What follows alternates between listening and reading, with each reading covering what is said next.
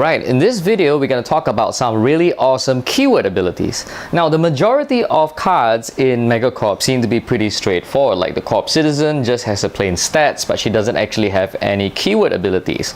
Now however, if you're playing the Glassman deck, you will quickly find these three cards. The Sentry Drone, which has Reflexes, the Sniper Drone, which has Precision, and the Bomber Drone, which has the ability called Demolisher. But what do these abilities do? First and foremost, let's talk about Demolisher.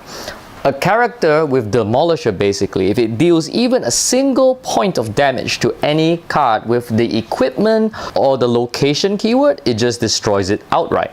Next off, let's look at the Sniper Drone. Now, hypothetically, if I wanted to attack and kill the Corp Citizen, I would actually have to expend quite a lot of resources because I will not be able to kill her because she's docked right next to a business. So the business could block as well as the Bomber Drone. So basically she has two potential blockers. However, if I were to use the Sniper Drone, the Sniper Drone basically has this really cool ability called Precision. Attacks made by characters with the Precision ability cannot be blocked.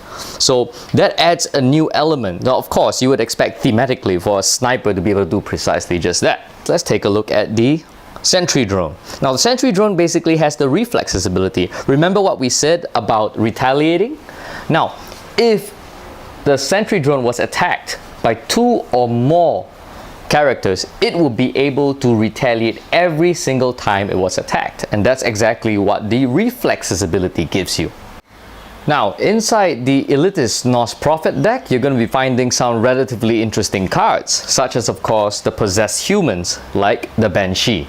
Now the Banshee basically has an ability called the Suppressor.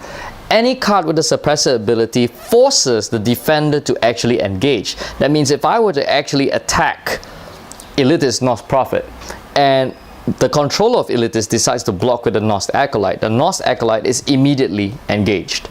This means that this card cannot even deal retaliation damage even if it wanted to, because engaged characters don't deal retaliation. Now in the Incarnate deck, which is Rama the Incarnate Hierarch, you're going to be seeing two very interesting cards as well. The weaponized Japanese Hornet with both flying and permanent damage, makes it a really deadly insect, and of course the weaponized Copperhead, which has both Camouflage and Assassin. Let me explain them one by one. Characters with the flying ability may not be blocked except by other characters with the flying ability. That means if I were to attack the Affluent Consumers or Rama the Incarnate Hierarch, neither one would be able to declare a blocker. Additionally, if a character doesn't have the flying ability, it cannot deal retaliation damage to a flying character. It makes complete sense. You won't be able to hit somebody that's flying above you, but they can hit you. The second ability of the weaponized Japanese Hornet, of course, is permanent damage. This is pretty self-explanatory. So instead of dealing damage normally, if it hits a character such as Rama the Incarnate Hierarch, it would simply deal 2 points of BQ that actually stick. That means you can use your dice to denote this, and the points of BQ that that character possesses is permanently reduced by 2. And remember a special rule: if a character that can regenerate, such as Rama the Incarnate Hierarch, is hit by permanent damage and is reduced to 0 of that trait, she may no longer regenerate.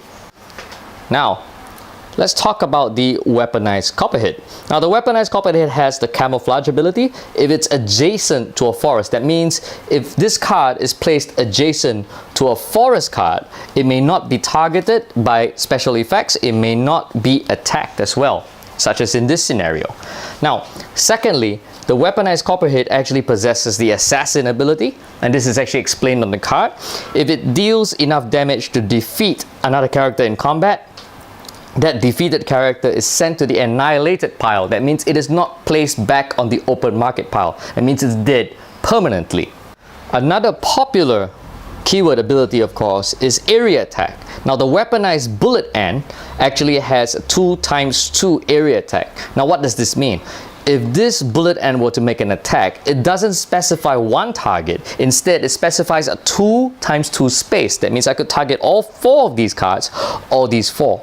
But, however, the defender could retaliate with every single card being attacked in an area attack.